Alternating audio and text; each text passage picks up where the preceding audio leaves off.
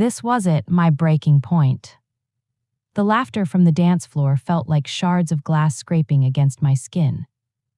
I saw them looking at me, all of them, my sister's friends, my new brother-in-law's family, their faces a sickening cocktail of pity and relief, the kind of look people give when they're grateful that it's your humiliation and not theirs on public display. My own sister Isabel had turned her wedding, this supposed celebration of love, into a public execution of my self-esteem. I retreated to my designated corner of shame, table 12, fighting back the hot, angry tears that threatened to spill down my cheeks. The rhythmic clang of dishes from the nearby kitchen doors was a mocking percussion to the joyful music. I felt invisible and simultaneously exposed, like a ghost everyone could see through. That's when I decided I was done. I couldn't endure another second. I would not give Isabel the satisfaction of seeing me cry. I was gathering my purse, my knuckles white as I gripped the leather, planning to slip out the side exit and disappear into the night, when a deep, quiet voice spoke directly behind me, so close I could feel the warmth of his breath. "Act like you're with me." I froze, my hand hovering over my bag. The voice was calm but carried an undeniable authority, cutting through the noise of the reception like a searchlight in the fog. I turned around, startled to see a man standing there, silhouetted against the glittering chaos of the wedding hall. He was in an impeccably tailored charcoal suit, tall, with dark hair, and the kind of confident, grounded presence that made you feel the world tilt slightly in his direction. His eyes, a deep, intelligent brown, were kind but held a glint of something else: determination.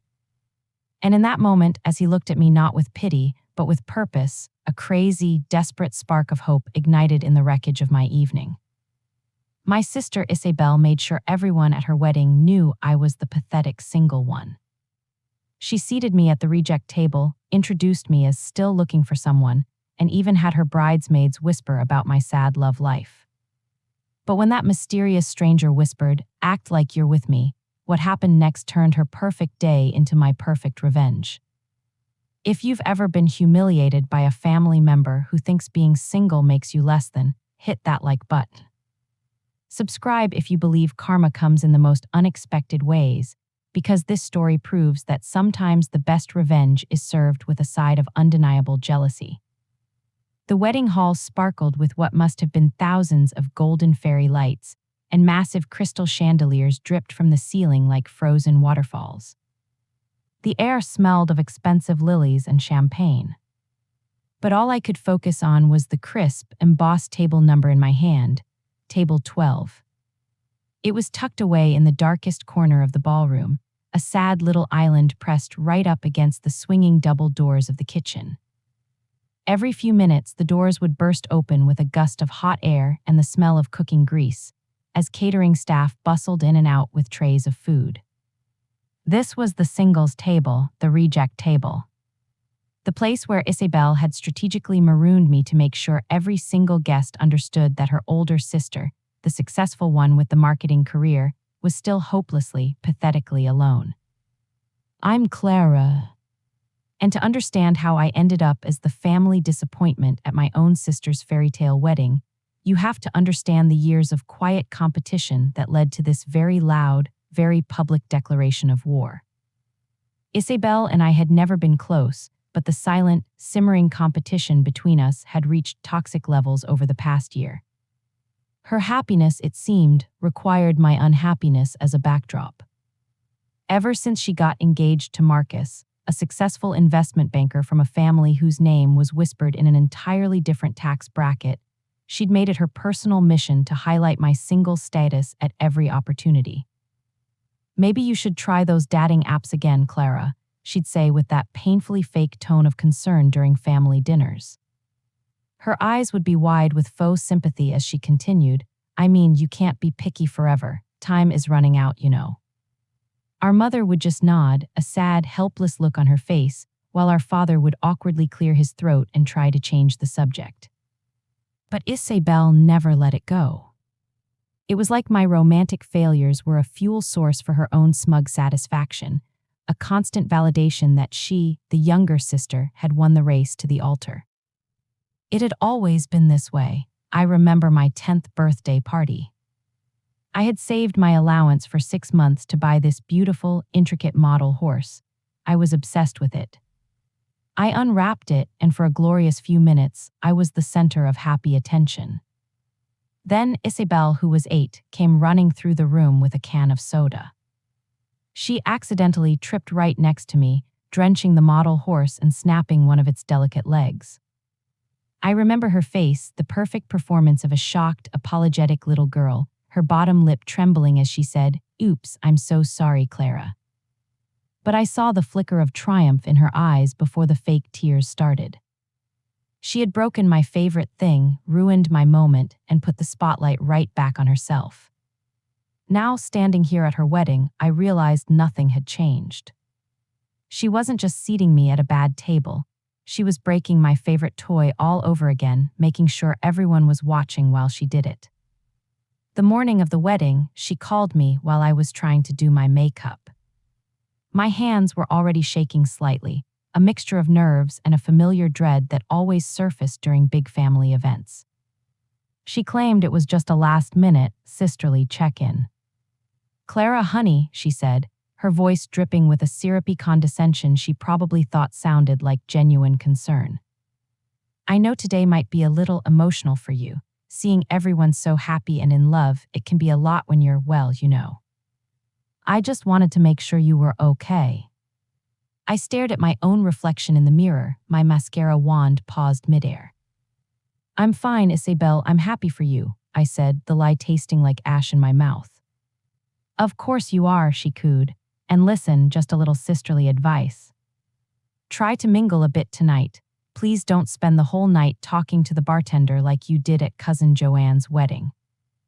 Mom and Dad are already so worried you're going to end up like Great Aunt Janet, and we really don't need a repeat performance tonight, okay?" The line went dead before I could even respond. The threat was clear.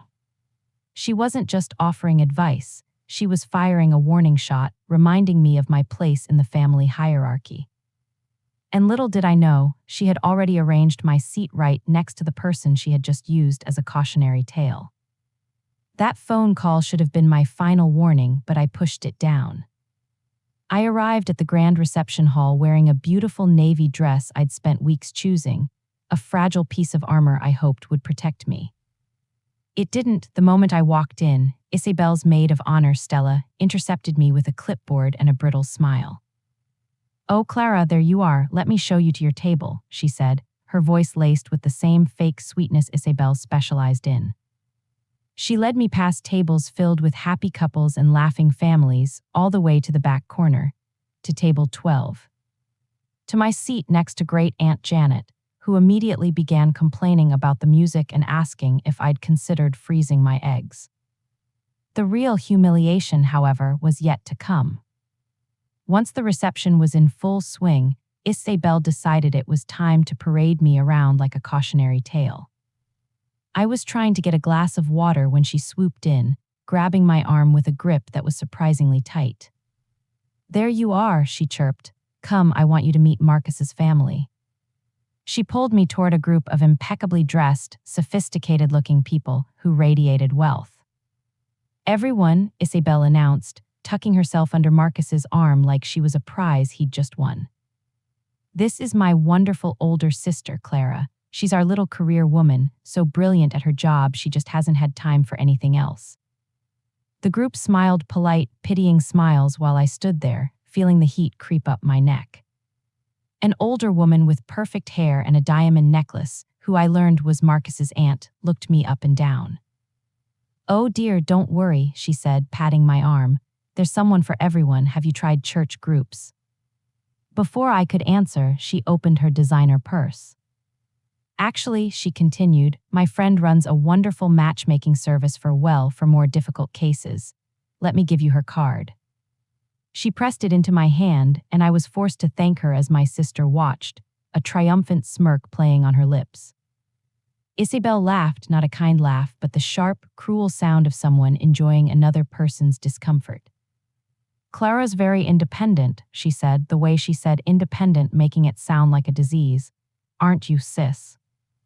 I just nodded, the matchmaker's card burning a hole in my hand. But the parade of pity was just a prelude to the main event. Later, after dinner, the toasts began. Marcus, my new brother-in-law, gave a charming speech about how he fell in love with Isabel. Then it was Isabel's turn. She stepped up to the microphone, a vision in white, and began her gushing, self-congratulatory thank yous. She thanked her new in-laws for welcoming her parents for everything, and her bridesmaids for being so supportive. Then she paused, scanning the crowd, her eyes landing directly on me, all the way in the back at table 12. "And I have to give a special shout-out," she said, her voice amplified throughout the grand hall, "to my big sister, Clara, who is here tonight, proving to all of us that you don't need a +1 to have. Well, to have a seat, we found one for you, didn't we, sis?" A wave of polite, uncomfortable laughter rippled through the room. A few people turned to stare at me with open pity. I saw Marcus give a slight, almost imperceptible shake of his head, a flicker of annoyance crossing his face at his new wife's inappropriate joke. It was official. She hadn't just put me at the reject table, she had announced it to all 200 guests. That toast opened the floodgates. For the next hour, it felt like every person Isabel had ever met made a pilgrimage to my table to offer their unsolicited advice, now that my sister had publicly sanctioned me as a charity case. One of Marcus's business partners told me I needed to lower my expectations. A family friend shared an inspiring story about his spinster aunt, who finally found love at 50 with a widower who had 6 children. Every conversation was a thinly veiled insult, and I knew, with a sickening certainty, that Isabel had orchestrated all of it just to make me feel small. But the breaking point, the final, calculated act of cruelty, came during the bouquet toss. "All right, all the single ladies to the dance floor," the DJ announced, his booming enthusiasm feeling like a personal mockery. My immediate instinct was to disappear. I tried to hide behind a large marble pillar, hoping the shadows would swallow me whole. But Stella, the maid of honor, spotted me. Her eyes lit up with malicious glee as she marched over and grabbed my arm. "Don't be shy, Clara," she said loudly, pulling me toward the dance floor. "This could be your big chance." I found myself pushed into a tight circle of 20-something women. They were Marcus's younger cousins and their friends, all fresh out of college, giggling and squealing with excitement. They were all impossibly young, with their whole lives stretching out before them like an open road. Standing among them in my elegant navy dress, I had never felt older or more utterly, hopelessly desperate. Then Isabel turned, bouquet in hand, and her eyes locked directly onto mine across the dance floor. A slow, cruel smirk spread across her perfectly made-up face. Then, with a theatrical wind-up, she deliberately threw the bouquet in the complete opposite direction. A 24-year-old in a pink dress caught it easily while the crowd cheered. Isabel rushed over to hug her, then grabbed the DJ's microphone. "Looks like my big sister will have to wait a little longer," she announced, her voice ringing through the hall.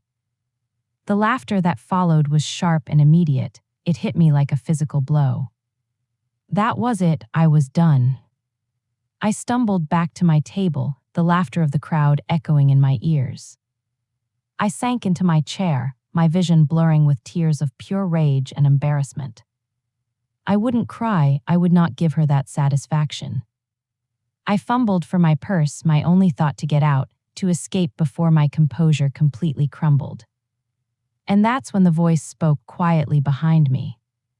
"Act like you're with me." I turned and there he was, the man from the entrance.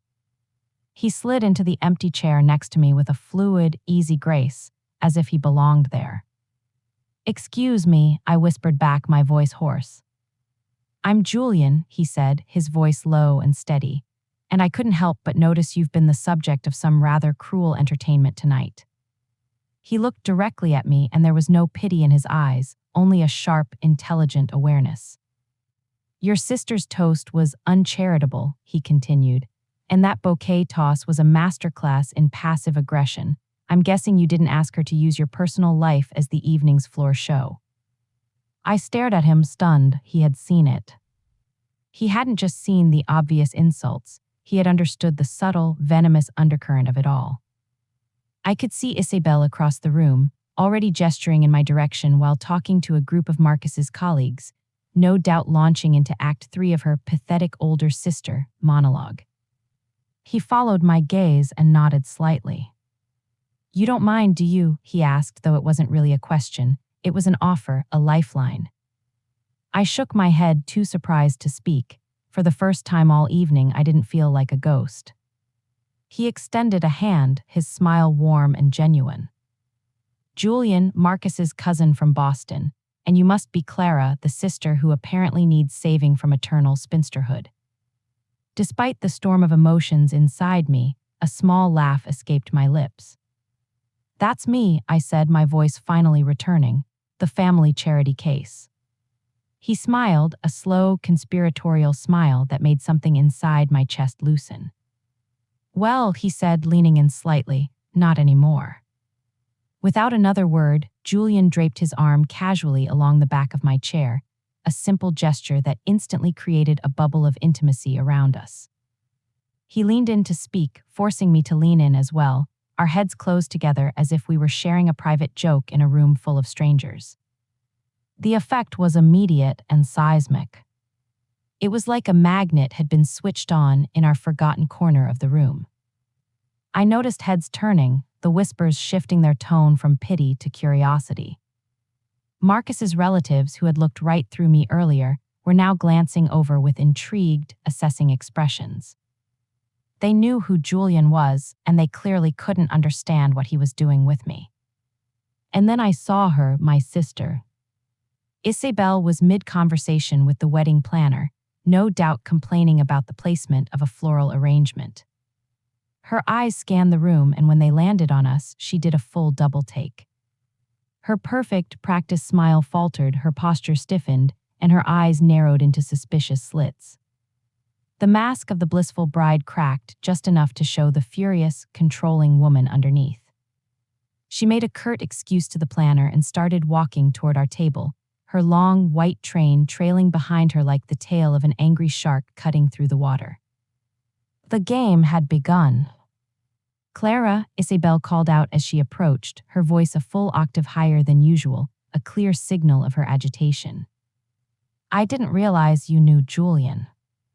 Her eyes were fixed on him, sizing him up, trying to solve the puzzle that had just been dropped into the middle of her perfectly curated event. "Old friends," Julian said smoothly, and as he spoke, he gently touched the back of my hand where it rested on the table. The small, simple gesture sent a jolt through me, but it looked utterly natural to anyone watching. "We lost touch for a while," he continued with a charming smile, "but you know how these things go." Isabel's eyes narrowed, the confusion warring with suspicion on her face. "Really funny," she said, her gaze flicking to me. "Clara's never mentioned you." For the first time all night, I felt a surge of confidence. I met my sister's stare and gave her a small, mysterious smile. "I try to keep my private life private, Isabel," I said, my voice steady. "You know how it is, being so focused on my career and all." The irony was so thick you could cut it with a wedding cake knife. She had spent the entire evening broadcasting my lack of a love life, and now, faced with the possibility of one, she was desperate for the details she felt entitled to. "How wonderful," she said, though the word sounded like a curse. "How long have you two been reconnecting?" "Long enough," Julian said, his smile giving away nothing and everything all at once. As Isabel walked away, her perfect posture just a little bit stiffer, clearly frustrated by her lack of information, Julian turned to me with a conspiratorial whisper. "She looks like she just bit into a lemon," he said. I couldn't help but laugh, a real, genuine laugh. "She's not used to me having secrets," I replied. "Good," he said, his eyes twinkling. "Let's keep her guessing." For the next hour, Julian was the perfect co-conspirator. He brought me a glass of champagne, laughed at my jokes, and touched my arm just often enough to make our connection look believable. But it was more than an act, he actually listened. He asked about my work in marketing, about my love of hiking, about a trip I'd recently taken to Ireland. For the first time all night, I was having a real conversation with someone who wasn't trying to fix me. "You're not what I expected," he said during a quiet moment. "Based on your sister's description, I expected someone desperate and pathetic," he said with blunt honesty. "Instead, I'm sitting with someone intelligent, funny, and who, frankly, I can't figure out why is single." "Because I have standards," I said, the words coming out before I could stop them. He laughed, a genuine warm sound that made something in my chest flutter. "Good for you," he said. By now, Isabel was openly staring at us. But the revenge was already sweeter than I could have imagined. Then the band started playing a slow song. Julian stood up and extended his hand. "Dance with me," he said. It wasn't a question. On the dance floor, with his hand on my waist and mine on his shoulder, I could feel the eyes of every guest who had offered me their pitying advice. But instead of feeling exposed, I felt safe, protected. Being in his arms felt surprisingly natural. "Your sister is watching," Julian murmured, his voice close to my ear. "I know," I said, glancing over his shoulder to see Isabel staring daggers at us. "She looks like she's going to explode." "Mission accomplished then?" he asked. "Almost." And that's when Isabel made her move. "Mind if I cut in?" she said, appearing beside us with Marcus in tow. Her wedding smile was stretched so tight it looked painful. "Actually, yes," Julian said, his voice polite but firm, not missing a beat. "We're in the middle of a moment." Isabel's face flickered through several emotions before she settled on forced brightness. "Of course, I just wanted to say how happy I am that Clara finally found someone. We were all so worried about her." "Were you?" Julian asked, his tone neutral but his eyes were sharp as steel. "Because from what I've observed tonight, it seems you've been more interested in broadcasting her single status as a form of entertainment than in actually supporting her." The directness of his statement hung in the air, stunning her into a momentary silence. Marcus shifted uncomfortably beside her. We just want what's best for Clara," Isabel stammered, her composure finally cracking. Julian looked at her calmly. "Then maybe you should try treating her with the respect she deserves, instead of using her as a punchline for your wedding guests." I had never, ever seen my sister look so rattled. Her perfect wedding, her perfect moment was being completely upstaged, and for the first time all night, she was the one who looked small. "She didn't have to tell me anything," Julian said calmly as Richard finally stepped in, pulling a visibly flustered Isabel away from the dance floor. "I have eyes, I can see how you've been treating her all night." As they walked away, my sister's composure was completely destroyed. I could see her frantically whispering to Stella, her face a mask of fury, probably trying to figure out who this man was and how I'd managed to upstage her at her own wedding. "That felt really good," I admitted as we continued to dance.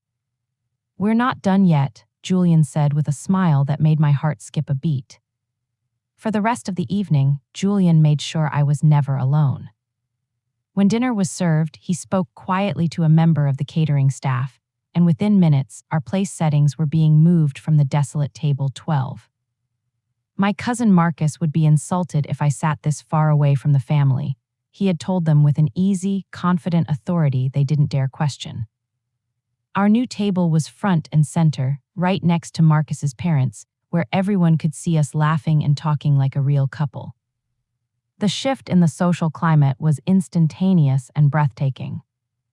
Isabel's friends, who had ignored me earlier, now came by to say hello and be introduced to the handsome, mysterious Julian. Marcus's relatives, who had treated me with such condescending pity, now looked at me with a newfound respect. The aunt who had given me the matchmaker's card, Mrs. Davenport, was now my new best friend. When she learned Julian was a successful tech entrepreneur with an MBA from Harvard, her attitude towards me changed so fast it nearly gave me whiplash. "Clara, you dark horse," she said with genuine admiration. "You never told us you were seeing someone so accomplished."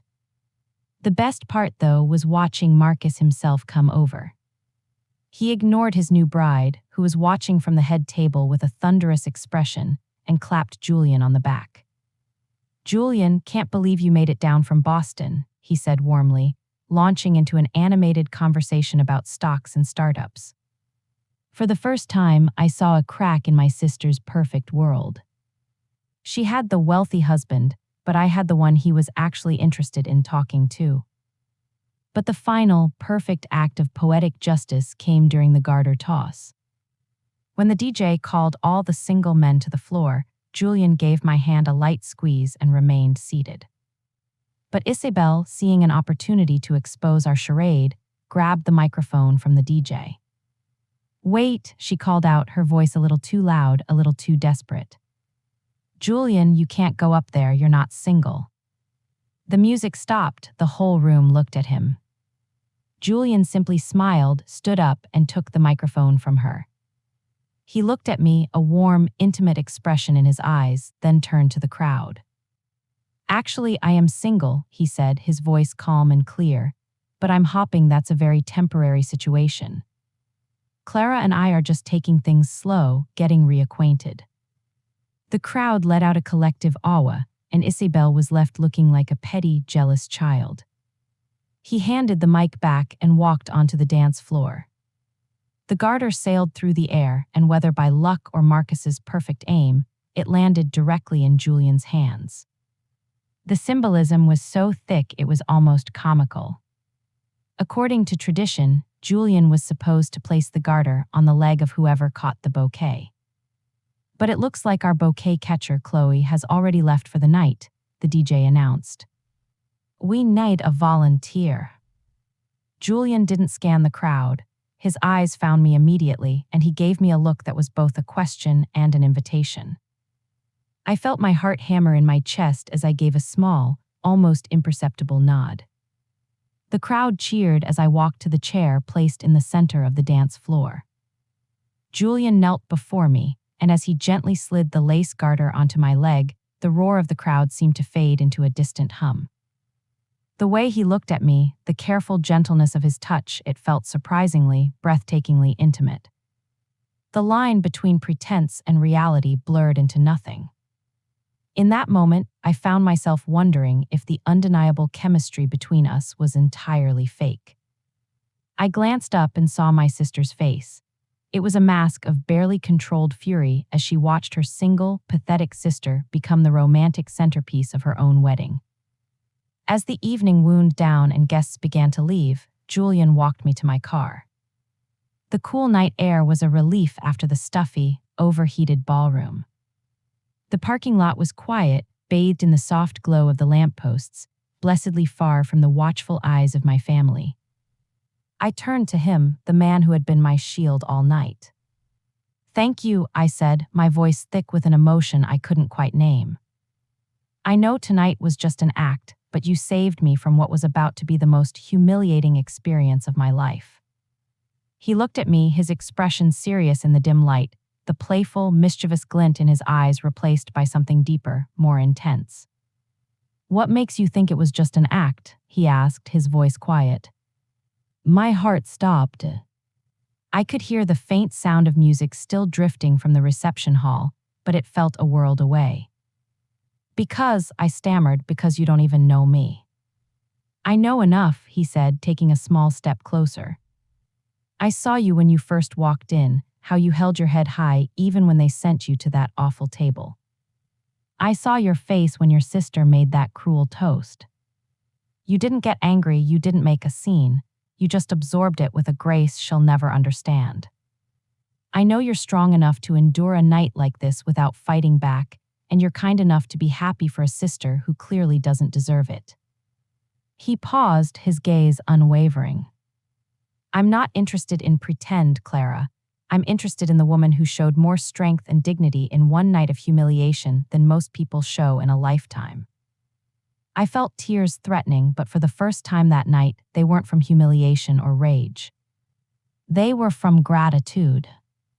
"This started as a rescue mission," he admitted, a small smile playing on his lips. "But somewhere between the first dance and now, it stopped being pretend for me." He reached into his jacket and pulled out a simple, elegant business card, handing it to me.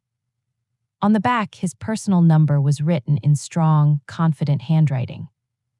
"If you want to see me again," he said, "not for revenge, not to prove a point to your sister, just because you want to call me." I took the card, my hands shaking. "What if I want to call you tonight?" I asked, my voice barely a whisper. He smiled, that same confident smile that had first caught my attention across a crowded room. "Then I'll answer." 3 months later, Julian and I were officially dating. 6 months after that, we moved in together. And exactly 1 year to the day of Isabel's wedding, he took me back to the Grandview Manor where he'd booked the presidential suite, and he proposed. My sister's reaction to our engagement announcement, which we made at a tense family dinner, was everything I could have possibly hoped for. I saw the flicker of pure, unadulterated shock in her eyes, followed by a wave of jealousy so intense it was almost comical. Her high-pitched "congratulations" was utterly transparent. The sister who had spent years making me feel inadequate was now forced to watch me plan a wedding to a man who adored me, and who, she had undoubtedly learned, came from a family even wealthier and more influential than Marcus's. The real revenge, though, wasn't in one-upping her. It was in the profound, liberating realization that I simply didn't care about her opinion anymore. Julian's respect and genuine affection had shown me what I deserved, and I was never, ever going to settle for less again. Our wedding was smaller than Isabel, but infinitely more joyful. Instead of using the occasion to humiliate anyone, we were surrounded by people who genuinely celebrated our happiness. Isabel, of course, insisted on being my maid of honor. Her speech was a breathtaking work of revisionist history. She talked about how she had always known I would find someone special, how she was so happy to see me find a love as perfect as hers. I listened, a small, calm smile on my face. I didn't care anymore. I had something far more valuable than her approval. I had someone who saw my worth from the very first moment, even when I had forgotten it myself. Looking back, my sister's wedding was both the worst and best night of my life.